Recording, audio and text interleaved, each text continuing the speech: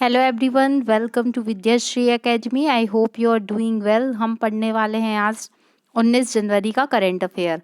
Current affair की शुरुआत आज के थॉट से करते हैं। आज का थॉट है, कुछ भी करो, बस समय को फालतू कामों में बर्बाद मत करो, क्योंकि यह अनमोल चीज़ है। इस दुनिया में कुछ भी नहीं था, ना है और ना रहेगा। लेकिन जो टाइम है, जो चला जाएगा, वो फिर कभी वापस नहीं आएगा।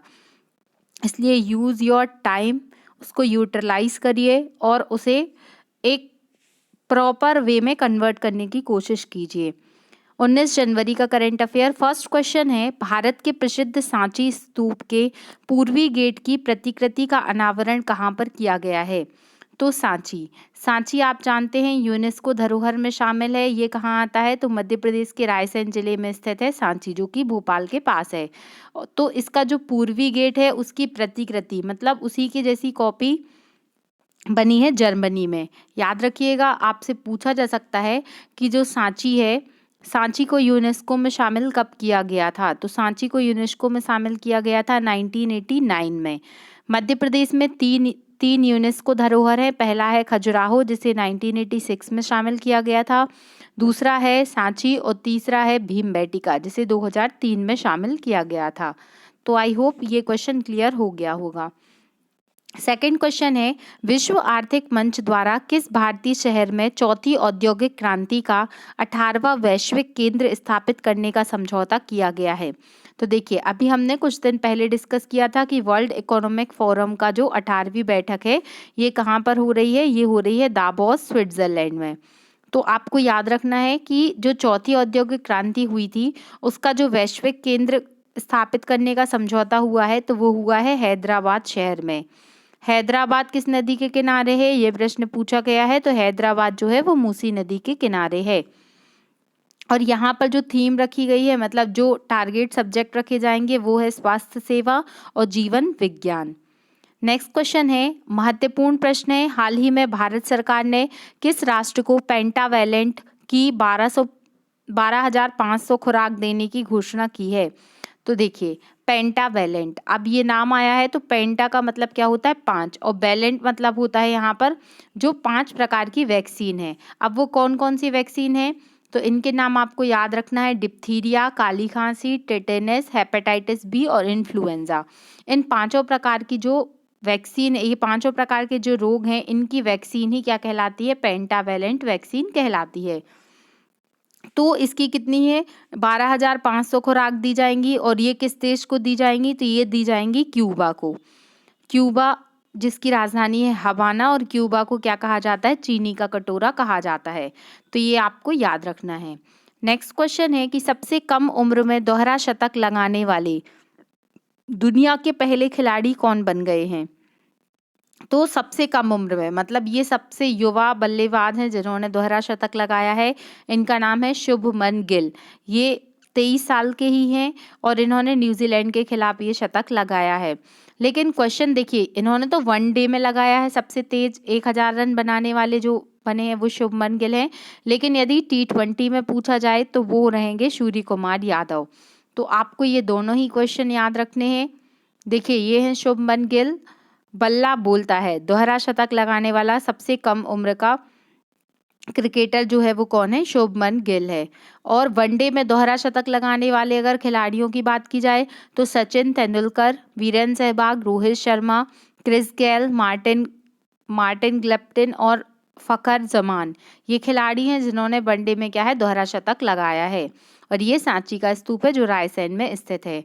तो आई होप आपको ये क्वेश्चन क्लियर हो गया होगा। फिर एमपीएल क्या होता है? जैसे आईपीएल आपने सुना होगा, इंडियन प्रीमियर लीग होता है, वैसे ही होता है एमपीएल का फुल फॉर्म होता है मोबाइल प्रीमियर लीग। इसमें मोबाइल पर गेम खेले जाते हैं। तो इसने एक रिपोर्ट जारी की है, इंडिया मोबाइल गेमिंग रिपोर्ट 2022 के अनुसार ऐसा कौन सा राज्य है जो ऑनलाइन गेम खेलने के मामलों में सबसे शीर्ष पर है? मतलब सबसे अधिक जो क्या है, गेम्स खेले जाते हैं ऑनलाइन। तो वो राज्य है, सबसे अधिक चर्चा में रहने वाला राज्य यूपी पहले नंबर पर है, दूसरे नंबर पर है महाराष्ट्र, तीसरे नंबर पर है राजस्थान और चौथे नंबर पर है बिहार। तो आप देख सकते हैं कि पढ़ने की उम्र में, जब अपना करियर बनाने की उम्र है, तब भारत का युवा किस दिशा में कदम बढ़ा रहा है? ऑनलाइन गेमिंग में। क्यों? क्योंकि वो बेरोजगार है।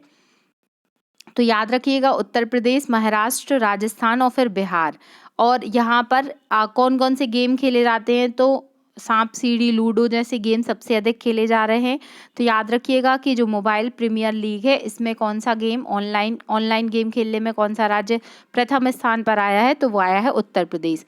अब बात उत्तर प्रदेश की आई है, तो आपको पता होना चाहिए कि इस बार का जो वाटर मैनेजमेंट का पुरस्कार मिला है, वो भी उत्तर प्रदेश को मिला है। उत्तर प्रदेश के जो सीएम है वो कौन है? योगी आदित्यनाथ जी। फिर एफपीवी श्रृंखला का अंतिम पोत आईसीजीएम कमला देवी को कहाँ पर कमीशन किया गया है? तो ये कमला देवी पोत है, जो कि कमला देवी चट्टोपाध्याय एक महान सामाजिक कार्यकर्ता थी, उन्हीं के नाम पर कमीशन किया गया है। अंतिम ये पोत है, जिसको कहाँ पर किया गया है? कोलकाता में किया गया है। तो ये आपको याद रखना है। फिर त्यागराज आराधना संस्कृति समारोह का आयोजन कहाँ पर किया जा रहा है? तो ये त्यागराज आराधना संस्कृति समारोह एक विद्वान थे तेलंगाना के, तो इनका जो हो रहा है समारोह वो 8वां संस्करण है और ये हो रहा है हैदराबाद में। तो ये बस आपको याद होना चाहिए कि इसका संबंध कहाँ से है। नेक्स्ट क्वेश्चन है कि अजंता एलोरा अंतर्राष्ट्रीय फिल्म फेस्टिवल में किस फिल्म को गोल्डन कैलाशा अवार्ड से सम्मानित किया गया है? वो फिल्म है ना नेरा।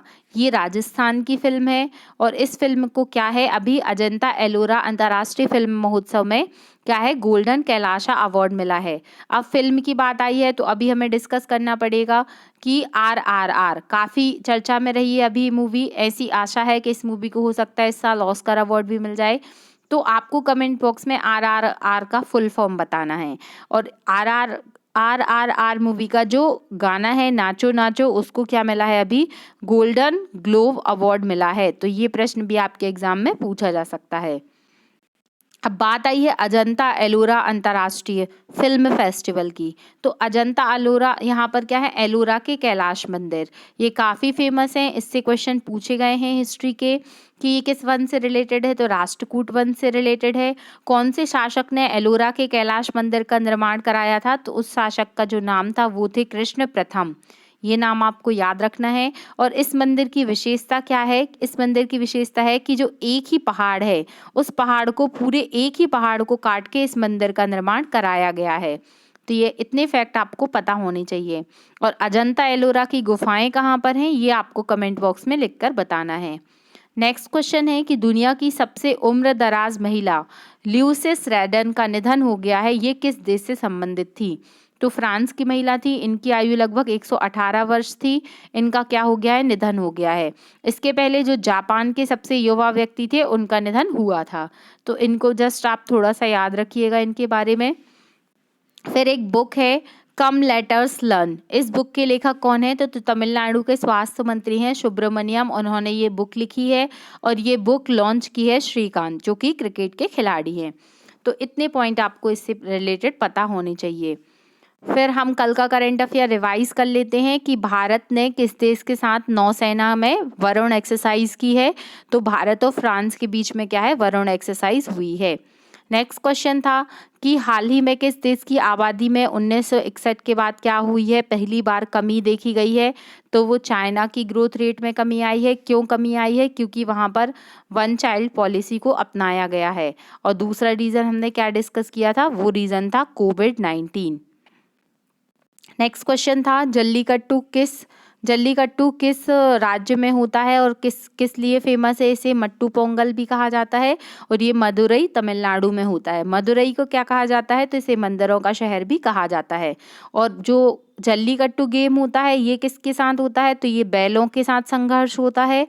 और जो कंबाला होता है तो वो भैंसों की दौड़ होती है। और कंबाला कहाँ पर होता है? कंबाला कर्नाटक में होता है और जल्लीकट्टू तमिलनाडु में होता है, इसलिए कंफ्यूज नहीं होना है इनमें। फिर भूस्थानक हैकेथॉन स्टार्टअप को बढ़ावा देने के लिए इसे पोर्टल को किसने लॉन्च किया है? तो जो डॉक्टर जितेंद्र सिंह हैं, इन्होंने क्या किया है? इस पोर्टल को लॉन्च किया है। प्रधानमंत्री मोदी जी द्वारा 18 जनवरी 2023 को उत्तर प्रदेश के बस्ती जिले में क्या होगा? संसद खेल महाकुंभ का आयोजन उद्घाटन किया गया। तो आपसे सिंपली क्वेश्चन यही पूछा जाएगा कि संसद खेल महाकुंभ का आयोजन किस स्टेट में होगा, तो उत्तर प्रदेश में होगा। इरफान खान की एक मूवी है, Irfan Khan a life in movies, sorry ये बुक है, इस बुक को किसने लिखा है, तो जो शुभ्रा गुप्ता राइटर हैं उन्होंने इरफान खान के ऊपर ये बुक लॉन्च की है, लॉन्च नहीं की है, इन्होंने लिखी है। RRR को किस श्रेणी में क्रिटिक्स चॉइस अवार्ड 2023 में सम्मानित किया जाएगा, तो बेस्ट सॉन्ग के लिए तो मिला ही है गोल्डन ग्लोब अवार्ड, और इसके साथ साथ जो क्रिटिक्स चॉइस अवार्ड है उसके लिए फॉरेन लैंग्वेज के लिए भी इस मूवी के को सिलेक्ट किया गया है। फिर WHO द्वारा इबोला वायरस की समाप्ति की घोषणा कहाँ पर की गई है, तो युगांडा देश में क्या है, ये इबोला वायरस को खत्म करने की बात WHO ने कर दी है। फिर किस मंत्रालय के द्वारा डॉपलर वेदर रडार नेटवर्क स्थापित किया जाएगा, तो पृथ्वी और विज्ञान मंत्रालय को अभी 148वीं जयंती के उपलक्ष्य में डॉपलर वेदर रडार 3 स्थानों पर जम्मू कश्मीर, हिमाचल प्रदेश, उत्तराखंड में लगाया गया है, और 2025 तक ऐसा टारगेट रखा गया है कि ये डॉपलर वेदर रडार है वो पूरे इंडिया में लगाए जाएंगे ताकि मौसम संबंधी जानकारी सुटेबल तरीके से प्राप्त हो सके।